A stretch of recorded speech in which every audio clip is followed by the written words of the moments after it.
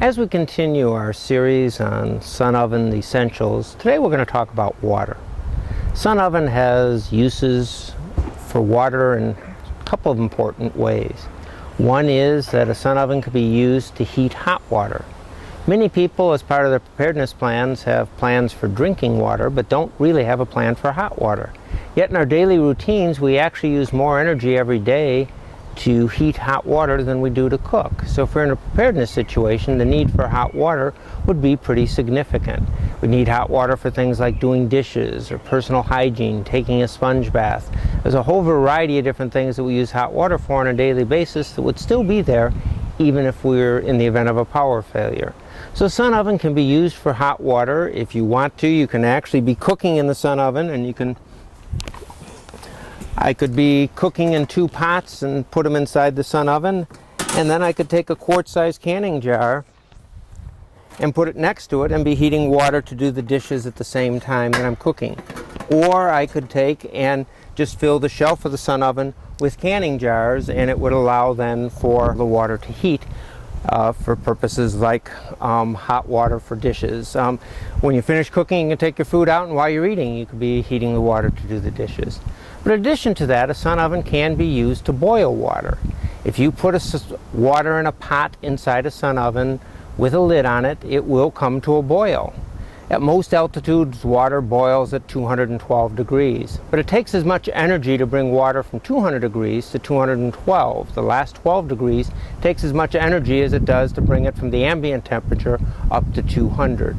So it's pretty energy intensive to boil water, but it can be done in the sun oven. If you want to use the sun oven for water, you can also, for drinking water, you can purify it by pasteurizing it. Pasteurizing water is bringing it to a temperature above 159 degrees Fahrenheit for 6 minutes, and that will kill all the germs and all the bacteria in the water. But of course, when you boil, you have the visual indication of the bubbles that lets you know the water is safe to drink. There's little devices available with the sun ovens that are called WAPIs, or water pasteurization indicators. And a WAPI is just a simple plastic tube that has wax in it. That green at the top is a wax. You take this and you put it in water. When that wax melts and goes to the bottom, then you know the water is safe to drink. So it allows you then, these are designed so that they can be, you put it in this plastic dispenser, it will float on the top of the water. When the wax goes to the bottom, the water is safe to drink.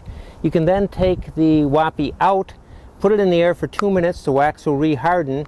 You can reinsert it, and you could use it hundreds and hundreds of times. I've done projects in Haiti where we've taught people to pasteurize water using WAPIs, gone back 3 years later, and they're still using the same WAPI every day. So it really does have a long life.